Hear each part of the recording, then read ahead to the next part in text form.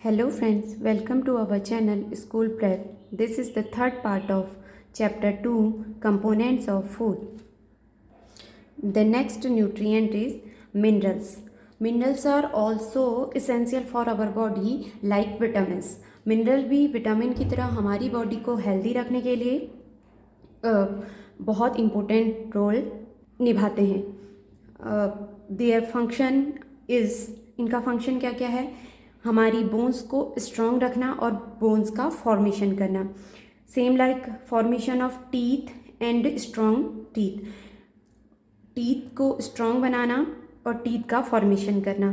Formation of blood cells, हमारी body के अंदर जो ब्लड सेल्स बनती है उनका फॉर्मेशन में भी मिनरल्स एक अहम भूमिका निभाते हैं. हमारी हार्ट बीट को मेंटेन रखने के लिए, हमारी हार्ट बीट को नॉर्मल चलाने के लिए, जो हमारी हार्ट बीट होती है उसे नॉर्मल रखने के लिए भी मिनरल्स बहुत ज़्यादा इसेंशियल हैं. मिनरल्स हमारी बॉडी में होने वाले मेटाबॉलिक प्रोसेसेस, हमारी बॉडी के अंदर इनसाइड डिफरेंट टाइप की मेटाबॉलिक प्रोसेसेस होती हैं like respiration, digestion, egestion. In process में, हमारी बॉडी के अंदर होने वाली डिफरेंट प्रोसेसेस में भी मिनरल्स का इम्पोर्टेंट रोल होता है.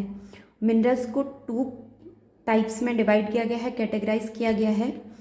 First, macro minerals. Macro minerals वे मिनरल्स होते हैं जिनको हमारी बॉडी ज़्यादा मात्रा में आवश्यकता होती है. हमारी बॉडी को जिन मिनरल्स की अधिक मात्रा क्वांटिटी में आवश्यकता होती है उन्हें मैक्रो मिनरल्स कहा जाता है. और ट्रेस मिनरल्स आर दोज जिनकी हमारी बॉडी को कम आवश्यकता होती है, वे ट्रेस मिनरल्स कहलाते हैं. मैक्रो मिनरल्स के एग्जांपल्स हैं calcium, magnesium, sodium and potassium.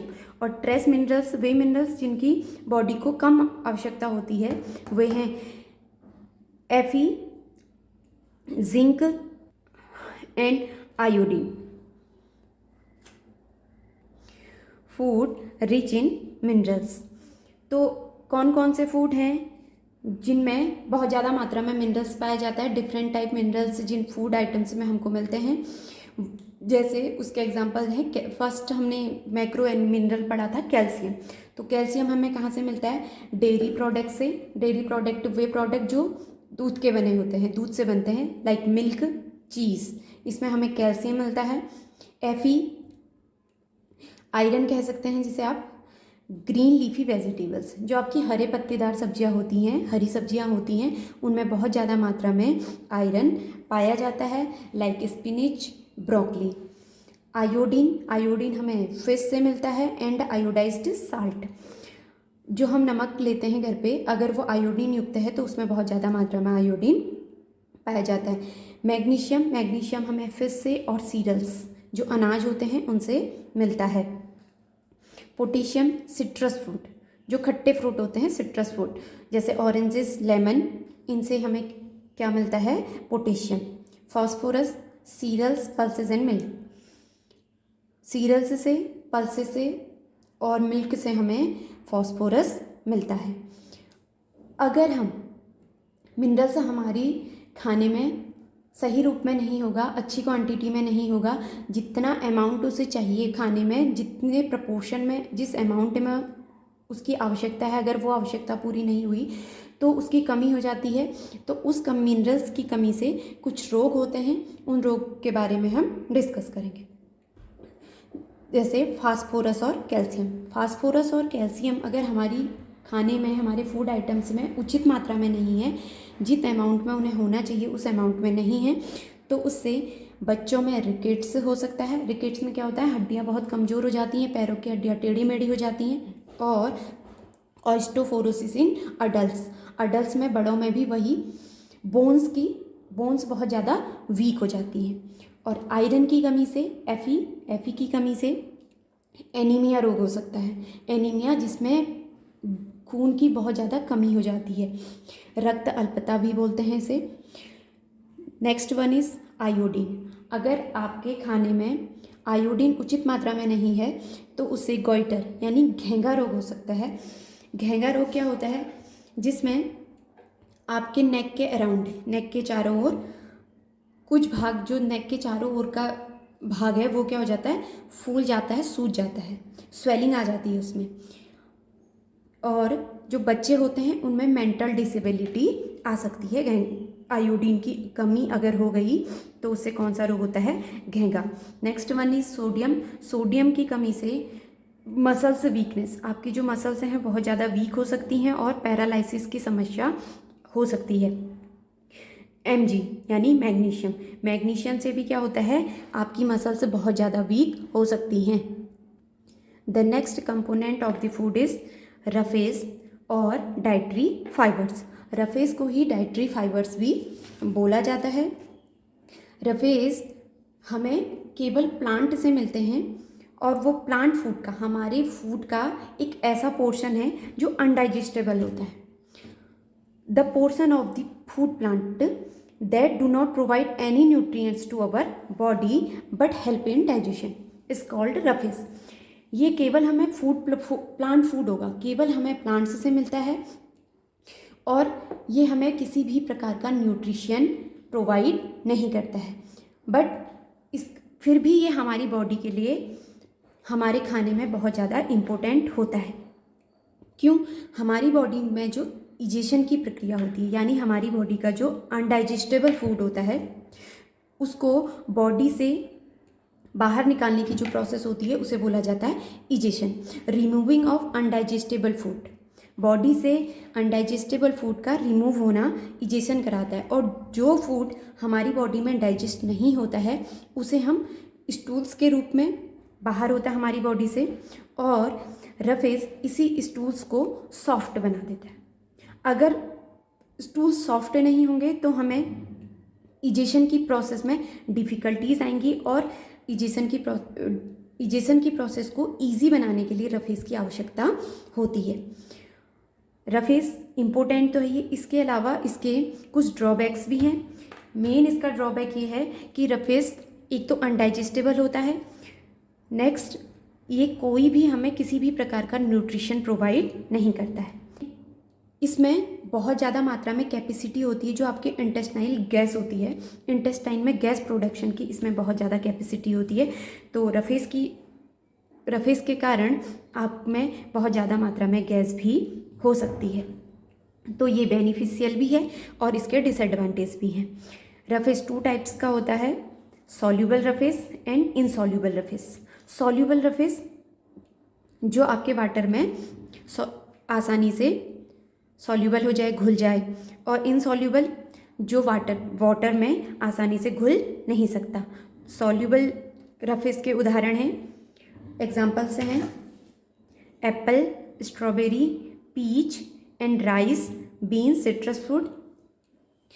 ये सब सॉल्यूबल हैं जो वाटर में आसानी से घुल जाएंगे, और सॉल्यूबल रफेज ब्लड सर्कुलेशन में बहुत ज़्यादा हेल्प करता है। इनसॉल्यूबल जो वाटर में आसानी से नहीं घुलते, whole grains, carrot, cabbage, turnip, cauliflowers, और इनकी कमी से कॉन्स्टिपेशन की समस्या आ सकती है।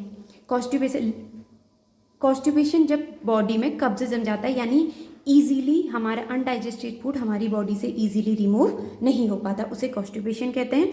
और रफेज की कमी से, स्पेशली इनसॉल्यूबल रफेज की कमी से कॉन्स्टिपेशन हो सकता है। The next one is water. हमारी बॉडी वेट का ऑलमोस्ट 70% वाटर होता है, जो हमारी बॉडी के लिए बहुत ज़्यादा इसेंशियल है। इसके डिफरेंट फंक्शंस हैं। तो ये क्या करता है, transport of nutrients to different cells of the body. ये हमारी बॉडी के डिफरेंट सेल्स में ट्रांसपोर्ट का कार्य करता है। जो हमें भोजन से डिफरेंट टाइप्स के न्यूट्रिएंट्स मिले हैं, उन्हें पूरी बॉडी में जो सेल्स हैं, हर अलग अलग सेल्स में ट्रांसपोर्ट का कार्य वाटर करता है। ये हमारी बॉडी से जो वेस्ट प्रोडक्ट होते हैं, जब भी कोई प्रोसेस होती है हमारी बॉडी के अंदर, तो हर प्रोसेस में कुछ ना कुछ वेस्ट मटेरियल प्रोडक्ट का प्रोडक्शन होता है, वेस्ट मटेरियल का प्रोडक्शन होता है। तो उस वेस्ट को हमारी बॉडी से रिमूव करने में भी वाटर इम्पोर्टेंट है। और इसके फंक्शंस क्या हैं? It helps to transport substance inside our body. इसका मेन कार्य ट्रांसपोर्ट का ही है, चाहे वो न्यूट्रिएंट्स हैं चाहे अदर सब्सटेंसेज हैं, हमारी बॉडी के अंदर ट्रांसपोर्ट का कार्य कौन करता है? वाटर। न्यूट्रिएंट्स को एब्जॉर्ब करने का काम भी करता है। It helps to regulate our body temperature, और इसका एक मेन इंपॉर्टेंट रोल है, ये हमारी बॉडी के टेम्परेचर को मेंटेन या रेगुलेट करता है। और हमारी बॉडी के अंदर डिफरेंट टाइप्स की जो केमिकल रिएक्शंस होती हैं ड्यूरिंग मेटाबॉलिक प्रोसेसेस के दौरान जितनी भी केमिकल रिएक्शंस होती हैं उसमें ये बहुत इम्पोर्टेंट रोल निभाता है। और हमें water milk, fruits, vegetables, juice इन सब से प्रोवाइड होता है। आप देखेंगे कि सिर्फ पीने वाली वस्तु पदार्थों से ही नहीं, जैसे मिल्क, जूस, कॉफ़ी, टी, इनसे तो हमें वाटर मिलता ही है। इसके अलावा फ्रूट्स और वेजिटेबल्स में भी कुछ अमाउंट में वाटर प्रेजेंट होता है। जैसे आप किसी भी सब्जी को काट लीजिए, फॉर एग्जांपल आप पटेटो को ले लीजिए। पटेटो को जब आप काटते हैं तो उसमें आपको हल्का वेट, गीला सा लगता है। वो वेट जो लगता है वो और कुछ नहीं, उसके अंदर यानी पोटैटो में कुछ अमाउंट में वाटर प्रेजेंट होता है। तो हमें फ्रूट्स और वेजिटेबल्स से भी वाटर प्रोवाइड होता है। Importance of nutrients. अब हमने कंपोनेंट्स ऑफ फूड पढ़े, डिफरेंट न्यूट्रिएंट्स पढ़े, carbohydrate, protein, fats, vitamins, minerals, roughage. तो इनका इम्पोर्टेंट क्या है हमारे फूड में? तो carbohydrate and fats provide energy to the body. Carbohydrate और फैट्स हमारी बॉडी को क्या देते हैं? एनर्जी देते हैं, इसीलिए इनको एनर्जी गिविंग फूड्स भी कहते हैं। तो पूरे दिन भर में हम जो भी कार्य करते हैं उसके लिए हमें एनर्जी की ज़रूरत होती है, और वो एनर्जी हमें किस न्यूट्रिएंट्स से मिलती है? कार्बोहाइड्रेट एंड फैट्स से। Proteins needed for the muscle building and tissue repairing. हमारी बॉडी में जो टूट फूट हो जाती है उसकी मरम्मत करने के लिए, न्यू सेल्स बनाने के लिए, उसके लिए किसकी ज़रूरत होती है? प्रोटीन्स। यहाँ प्रोटीन्स बहुत इंपॉर्टेंट है। Vitamins and minerals are needed for the normal functioning of our body. हमारी बॉडी को हेल्दी रखने के लिए और डिफरेंट टाइप्स की डिजीज़ेस से प्रोटेक्ट करने के लिए किस न्यूट्रिएंट्स की ज़रूरत होती है? विटामिन्स एंड मिनरल्स की। डाइटरी फाइबर्स, जिन्हें हम रफेज बोलते हैं, वे सबसे इम्पोर्टेंट रोल निभाते हैं किसमें? डाइजेशन में।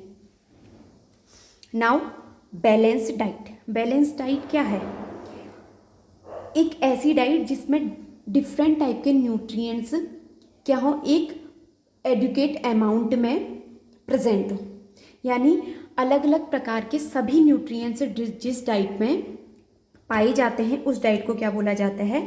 बैलेंस्ड डाइट बोला जाता है। और बैलेंस्ड डाइट हमारी बॉडी के प्रॉपर फंक्शन करने के लिए, हमारी बॉडी के प्रॉपर फंक्शन और हेल्दी फंक्शनिंग के लिए बहुत इंपॉर्टेंट होती है। बैलेंस डाइट के लिए आपको अलग अलग जो ग्रुप्स हैं, जैसे फ्रूट्स, वेजिटेबल्स वगैरह, सब कुछ हर अमाउंट, हर टाइप का फूड खाने में लेना ज़रूरी है। तो इनके ग्रुप से हैं फ्रूट्स, वेजिटेबल्स। फ्रूट्स और वेजिटेबल्स से आपको रफेज मिल जाता है, प्रोवाइड होता है। होल ग्रेन्स यानी सीरियल्स हो गए, इनसे आपको कार्बोहाइड्रेट प्राप्त होता है। Protein rich food, fish, lentils etcetera, इससे अगर आप इसे अपने खाने में, अपनी डाइट में शामिल करेंगे तो इसको प्रोटीन की कमी आपकी पूरी हो जाती है। एंड डेयरी प्रोडक्ट्स जैसे मिल्क, कर्ड, इससे आपको फैट भी मिल जाता है, और डिफरेंट टाइप मिनरल्स जैसे कैल्शियम आदि, ये सभी प्राप्त हो जाते हैं। तो हमें अपनी बैलेंस डाइट में हर टाइप की वैरायटी का भोजन लेना चाहिए, जो एक बैलेंस डाइट है। अगर आप बैलेंस डाइट नहीं लेंगे तो क्या होगा?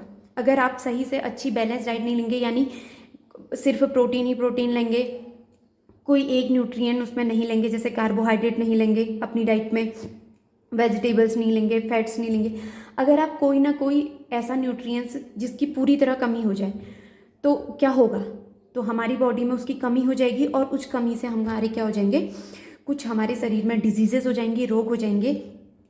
उन्हीं रोग को क्या बोला जाता है, डेफिशिएंसी डिजीजेस, यानी वो डिजीजेस जो न्यूट्रिएंट्स की कमी से होती हैं। हमारी बॉडी में जब न्यूट्रिएंट्स की कमी हो जाती है तो उस कमी के कारण जो डिजीजेस हमारी बॉडी में होती हैं उन डिजीजेस को क्या बोला जाता है, डेफिशिएंसी डिजीजेस। और डेफिशिएंसी डिजीजेस किसी भी एक पर्सन से दूसरे पर्सन को ट्रांसमिटेड नहीं होती है, ट्रांसफ़र नहीं होती है, यानी ये कोई भी संक्रामक बीमारी नहीं होती है। कार्बोहाइड्रेट्स, अगर हम खाने में और सारे न्यूट्रिएंट्स लेंगे जैसे प्रोटीन, फैट्स, विटामिन्स वगैरह सारे, लेकिन अगर हम कार्बोहाइड्रेट बिल्कुल नहीं लेंगे तो हमारे शरीर में कार्बोहाइड्रेट की मात्रा में कमी हो जाएगी। तो कार्बोहाइड्रेट की कमी से जो डिजीज़ होगी उसमें क्या होगी, एनर्जी एंड स्टेमिना की कमी हो जाएगी। हम क्योंकि कार्बोहाइड्रेट्स हमें क्या देते हैं, एनर्जी प्रोवाइडिंग फूड है। अगर एनर्जी प्रोवाइडिंग फूड हमें नहीं मिलेगा तो क्या होगा, हमारे स्टेमिना, हमारे कार्य करने की जो क्षमता है, कैपेसिटी है, वो कम हो जाएगी और हमें बिल्कुल भी एनर्जी का क्या हो जाएगा, एनर्जी की कमी हो जाएगी हमारी बॉडी में। प्रोटीन की कमी से क्या होता है, क्वाशरकोर नामक रोग होता है।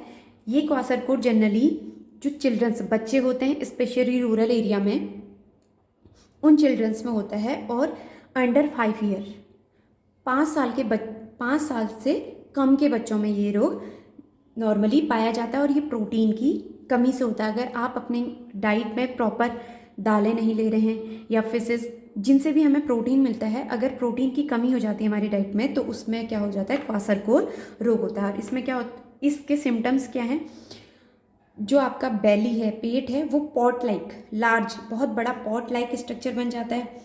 आपके फेसेस में लिम्स, स्पेशली जो फीट लिम्स होती हैं, पैरों की उंगलियां, वो क्या हो जाती हैं, स्वेलिंग, उनमें स्वेलिंग आ जाती है, ग्रोथ रुक जाती है, डायरिया की प्रॉब्लम हो सकती है और मेंटली रिटार्डेशन, मेंटली डिस्टर्बेंस हो सकता है। ये कार्बोहाइड्रेट एंड प्रोटीन अगर कंबाइंड रूप से आपकी डाइट में इनकी कमी हो जाए तो उससे मैरिस्मस रोग होता है। रोग भी बच्चों में होता है। इसमें क्या होता है, बच्चे बहुत पतले हो जाते हैं, उनकी बॉडी की जो ग्रोथ है वो बहुत ही स्लो हो जाती है, एनर्जी की बहुत ज़्यादा कमी, लेग्स, उनके जो पैर हैं वो बहुत वीक होने लगते हैं, मेंटल रिटार्डेशन की प्रॉब्लम आती है, मसल्स में बहुत ज़्यादा कमज़ोर हो जाती है, पुअर हो जाती हैं और डेवलपमेंट ग्रोथ बहुत स्लो होती है। नेक्स्ट, वाइटामिन्स हमने पिछली वीडियो में, लास्ट वीडियो में देखा था, विटामिन्स के बारे में पढ़ा भी था और उससे की होने वाली कमियों के बारे में, विटामिन्स की कमी से होने वाले रोगों के बारे में भी पढ़ा था। तो जैसे नाइट ब्लाइंडनेस, रात में विज़न बिल्कुल नहीं दिखाई देता है, रात में बिल्कुल नहीं दिखाई देता है, या रोशनी, आँख की रोशनी में कमी आ जाती है। बेरी किससे होता है, विटामिन B1 की कमी से होता है, जिसमें मसल वीक हो जाती हैं। स्कर्वी, विटामिन C की कमी से होने वाला, जिसमें गम से प्रॉब्लम आती है। एंड रिकेट्स विटामिन D की कमी से होने वाला रोग है, जिसमें बोन्स या हड्डियाँ टेढ़ी मेढ़ी हो जाती हैं। वाटर की अगर आपकी बॉडी में कमी हो जाए, lake of water cause dehydration, उसमें किसकी कमी हो जाती है, डिहाइड्रेशन की कमी। बॉडी में वाटर की कमी से डिहाइड्रेशन की प्रॉब्लम आती है और इसके लिए ORS घोल, इसका यूज़ किया जाता है, जिसे हम घर पे भी बनाया जा सकता है। नेक्स्ट, मिनरल्स, अगर मिनरल्स की कमी हो गई, मिनरल्स की बहुत ज़्यादा कमी हो गई तो क्या होता है, ऑस्टियोफोरोसिस, रिकेट्स, जो बोन्स में कमजोरी आती है, एनीमिया, खून की कमी, और गॉइटर, घेंगा, यानी मेंटल डिसेबिलिटीज़ और आपकी नेक वाले पोर्शन में स्वेलिंग का आ जाना। Now question time. अब हमने पूरा चैप्टर डिस्कस कर लिया है, पढ़ लिया है, तो अब इसी चैप्टर के अंदर से कुछ क्वेश्चंस हैं जिनको हम डिस्कस करेंगे। Name the major nutrients in our body, हमारी बॉडी में जो मेजर न्यूट्रिएंट्स हैं ऑफ हमारे खाने में, फूड में। Question number first, name the major nutrients in our food. हमारे खाने में जो मेजर न्यूट्रिएंट्स हैं वो कौन कौन से हैं, उनके नाम बताने हैं। कार्बोहाइड्रेट्स, जो हमें ब्रेड राइस वगैरह से मिल जाता है। नेक्स्ट वन इज़ प्रोटीन, जो हमें किससे मिलता है, नट्स से मिल जाता है, पल्सेस से मिल जाता है, फिश से मिल जाता है। उसके बाद आता है फैट, फैट हमें बटर, चीज़, घी, इनसे मिलता है। Next nutrient is vitamins, vitamins किससे मिलते हैं, different leafy vegetables, carrot and citrus fruits.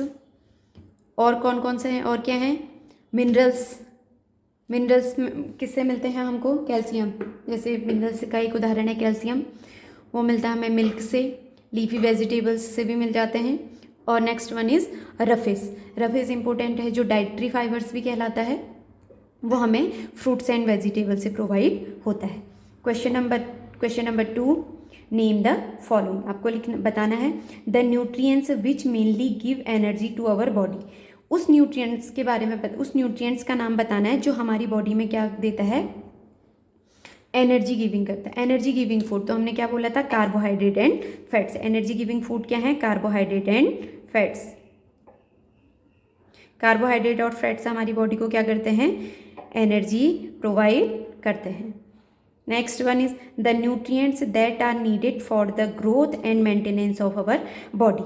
हमारी बॉडी की ग्रोथ प्रॉपरली कब होगी, जब नई सेल्स बनेंगी। अगर कोई सेल ब्रेक हो जाती है, टूट फूट हो जाती है किसी सेल में, तो उस सेल की जो जब रिपेयरिंग होगी तो तब हमारे बॉडी की प्रॉपर ग्रोथ होगी और हमारी बॉडी मेंटेन रहेगी। तो बॉडी ग्रोथ के लिए यानी रिपेयरिंग के लिए और न्यू सेल्स फॉर्मेशन के लिए कौन से न्यूट्रिएंट्स की ज़रूरत होती है, protein.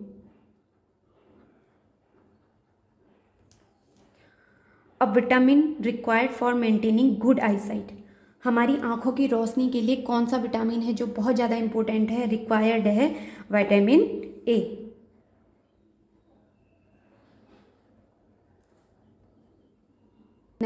Next one is a mineral that is required for keeping our bones healthy, हमारी हड्डियों को मजबूत बनाने के लिए कौन सा मिनरल आवश्यक है, कौन सा मिनरल बहुत इंपॉर्टेंट है, calcium. Question number 3, name 2 foods each rich in fats, starch, dietary fibres and protein. तो फैट्स हमें किससे मिलता है, बटर एंड चीज़। आपको 2 फूड आइटम बताने हैं जिनसे ये सारे न्यूट्रिएंट्स प्रोवाइड होते हैं। फैट्स किससे होता है, butter and cheese. Starch, bread and rice. Dietary fibres, fruits and vegetables. Fruits और वेजिटेबल्स में बहुत ज़्यादा मात्रा में क्या पाया जाता है, बहुत ज़्यादा अमाउंट में क्या पाया जाता है, डाइट्री फाइबर से, रफेज मिलता है। प्रोटीन, प्रोटीन आपको किससे मिलता है, फिश एंड नट्स से।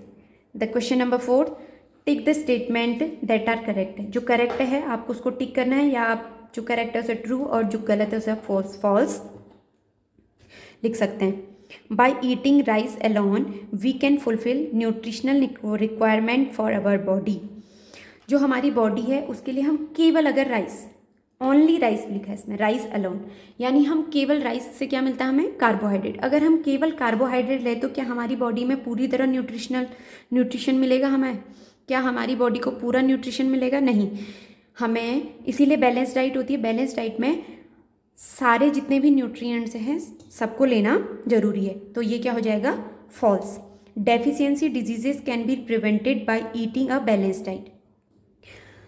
जितनी भी डेफिशिएंसी डिजीज हैं, डेफिशिएंसी डिजीज़ क्या होती हैं, जो डिफरेंट टाइप के न्यूट्रिएंट्स की कमी से जो डिजीज़ होती है उसे क्या बोला जाता है, डेफिशिएंसी डिजीज़। तो डेफिशिएंसी डिजीज़ से हम कैसे बच सकते हैं, एक बैलेंस डाइट लेके। बैलेंस डाइट में क्या होता है, डिफरेंट टाइप्स के प्रत्येक हर प्रकार का न्यूट्रिशन बैलेंस डाइट में होता है। तो हम हर प्रकार का न्यूट्रिशन अगर हम अपनी डाइट में लेंगे तो हम डेफिशिएंसी डिजीज़ से बच सकते हैं। Balanced diet for the body should contain a variety of food items. Balance diet में डिफरेंट अलग अलग प्रकार की फूड आइटम्स होनी चाहिए, जिसमें हर प्रकार के क्या होंगे, डिफरेंट टाइप्स के क्या होंगे, न्यूट्रिएंट्स होंगे। तो ये क्या हो जाएगा, true. Meat alone is sufficient to provide all nutrients to the body. Meat होता है वो बॉडी को हर प्रकार का ऑल न्यूट्रिएंट्स, हर प्रकार का न्यूट्रिएंट्स देता है। मीट स्पेशली किसके लिए होता है? मीट में क्या पाया जाता है? प्रोटीन पाया जाता है। तो ये सारे न्यूट्रिएंट्स बॉडी को नहीं देता है। False. Question number 5, fill in the blanks. Dash is caused by deficiency of vitamin D. Vitamin D की कमी से होने वाला रोग कौन सा है? रिकेट्स।